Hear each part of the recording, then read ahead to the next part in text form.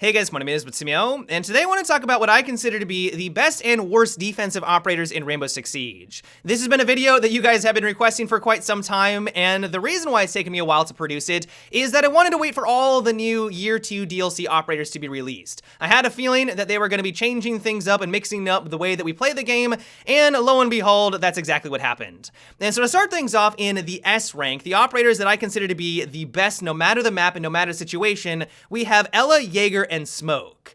Ela should be a bit of a no-brainer. She has arguably one of the best weapons in the game, and then on top of that, she also has a gadget that's incredibly impactful that can be used offensively and defensively. And while Ubisoft has attempted to reduce her effectiveness, they increased her recoil substantially, and they dropped her gadget from 4 to 3, it hasn't really done a whole lot to reduce her pick rates. Like, I'm constantly seeing her on defense every single time, and it's because she is that incredible.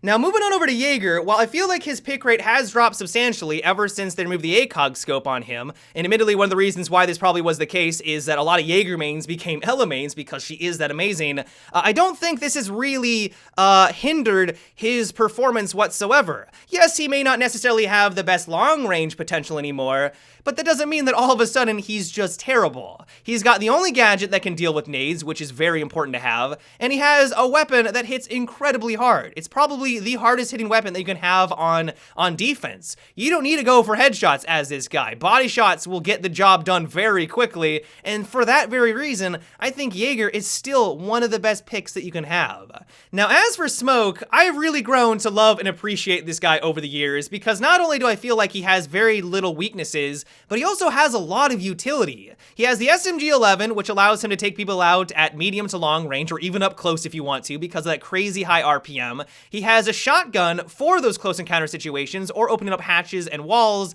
and then he has his smoke nades, which also brings an insane amount of utility. You can use them as visual cover to fall back to the objective, you can use it to slow the progress of the enemy, or you can just flat out use it to damage the enemy and take them out. He is the complete package, and while I will admit that he does require a bit more skill compared to some of the other operators that we're going to be talking about, he doesn't have a lot of room for error with that SMG-11, it doesn't have a lot of rounds. As soon as you do understand his kit and start to master him, I think you realize that he absolutely deserves to be the final one for this S rank. Moving on down to our A tier, we have Bandit, Rook, Valkyrie, and Mira.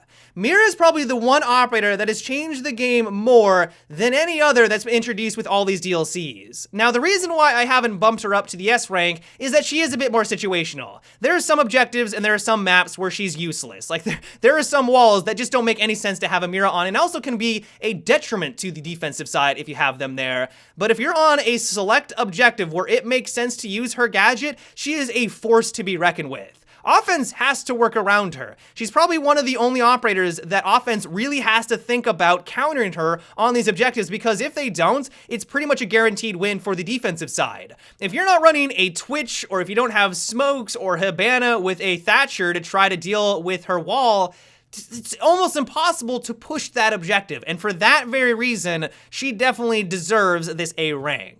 Some of you might be surprised by me putting Valkyrie in this category, because I think a lot of people find her to be useless right now ever since Dokebi was introduced. A lot of people think that because Dokebi is able to hack into her cameras, that just makes Valkyrie obsolete. And while this definitely has been a hindrance, like, don't get me wrong, Dokebi is the direct counter here, as long as you're playing Valkyrie properly, she's still amazing at gathering intelligence. I mean, if you throw her camera outside like a lot of Valkyries do, I mean, if that camera gets hacked, who cares? I mean, they might take it out, which kind of sucks because they now know exactly where it's located, but for offense to have that camera, that really doesn't do anything for them. It's like, oh great, we now see the outside of the building. That is completely worthless. And so while she's no longer the S tier like I normally would have her on, I definitely don't think that Valkyrie is now just a mediocre operator. I still think that she's incredible and absolutely deserves to be in this A rank.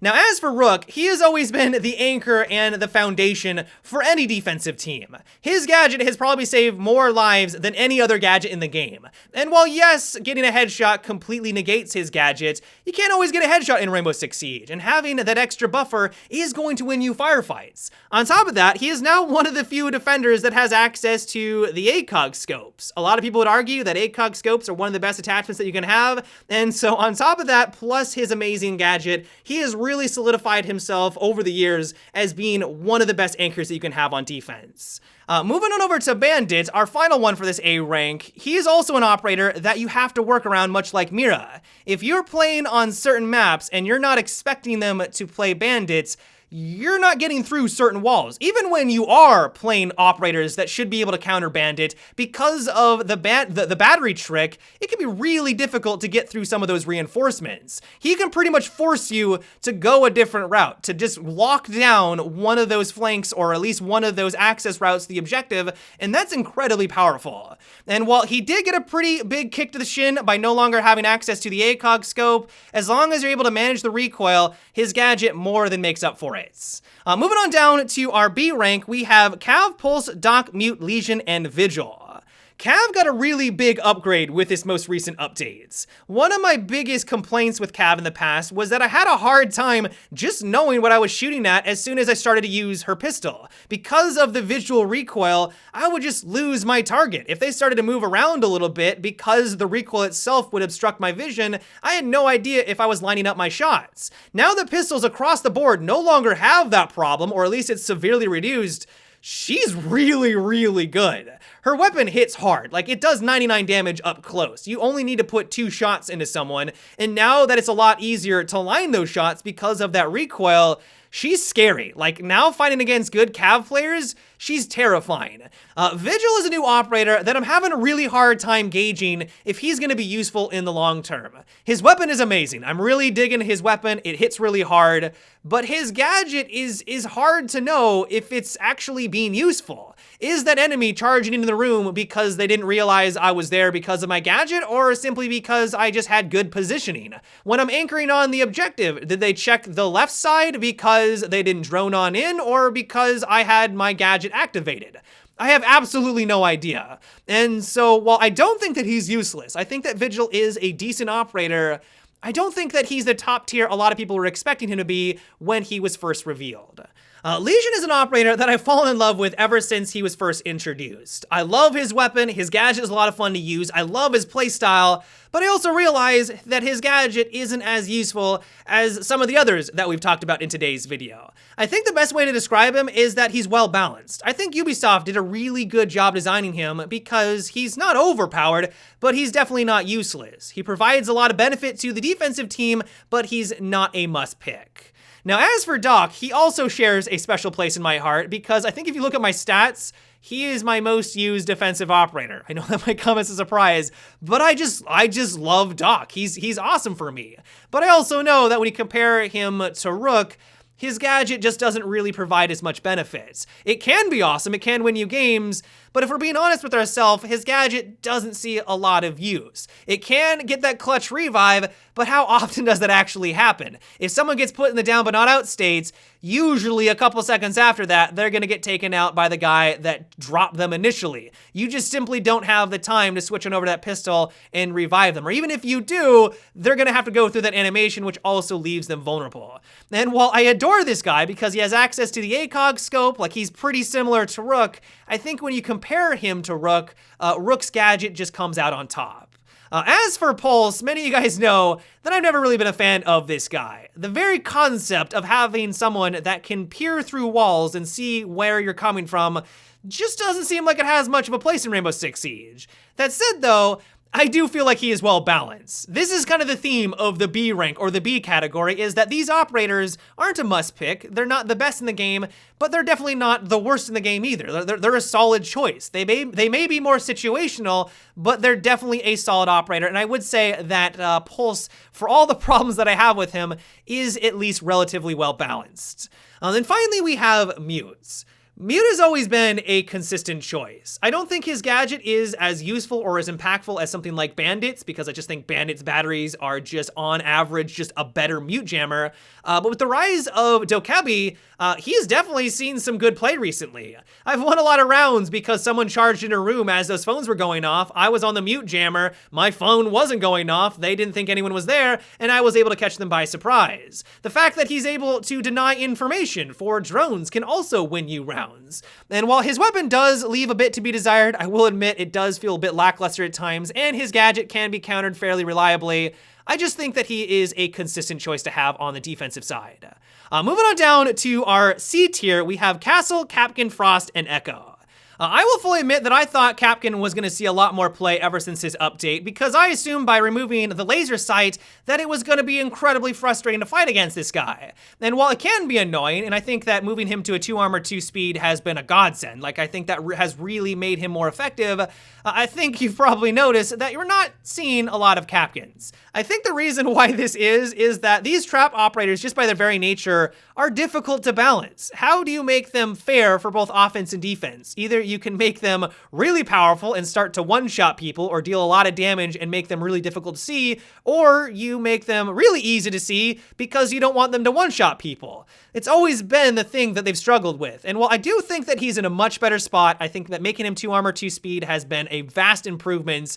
I definitely don't think that he is the most competitive choice, like a lot of people, and I included, thought that he was going to be. Frost also shares these same problems. She has a weapon that's pretty mediocre, and her gadget, while it can win rounds, I've had a lot of rounds won because they were rushing the objective at the very end. You're able to slow down their progress, they're not watching their feet, they jump through a window, and you win automatically. Like, that happens, but it doesn't happen very frequently. And so the very reasons why I put Kapkan in this category are the same for Frost. Now, as for Castle, the reason why I placed him down here isn't because I think he's terrible, it's because he requires coordination, teamwork, and a strategy. If you're playing with a bunch of random players, yeah, he's bad. He's probably actually going to be more of a detriment to your team than a boon. You're gonna lock people out, people are gonna get really frustrated with you, they're gonna tear those things down, and you're not gonna get a lot of use out of his gadgets. And while he is still situational, that's the reason why I placed him down in this category, I believe that that is why a lot of people find him to be underwhelming. They don't have a 5-man squad to play with every single night. They're playing with a bunch of randoms, and when you do play with randoms, he does seem like he's more of a detriment to your team. And then finally, we have Echo. I debated placing Echo into the B category because I don't think he's bad. Much like Castle, he's really good in the right hands, but he is very situational, much like Castle. Ubisoft has even come out and said that they're not really happy with his design and his playstyle right now, and they're going to be making some changes to him. And so maybe in the future, when we do see these adjustments, I'll change my mind on him. He's kind of on that cusp between B and C, but because even Ubisoft seems to be not happy with him, I've kind of dropped him down into the C tier. And then finally, all the way down in the G tier, the God tier, we have Tachanka. As much as I love this guy, we have to admit to ourselves that he's pretty useless. I mean, there's no, I was gonna try to say there's some objectives, no. This guy, he's fun, he's enjoyable at moments, but he really is the weakest operator in the game. But yeah, guys, that is about it for today's video. I hope you enjoyed. Let me know what you thought about my tier list. Do you agree with it? Would you kind of change some things around? This is just my opinion. None of this is set in stone. And so would you change where certain operators land on your tier list? Give me your guys' thoughts. But yeah, guys, until tomorrow, have a good one and take it easy.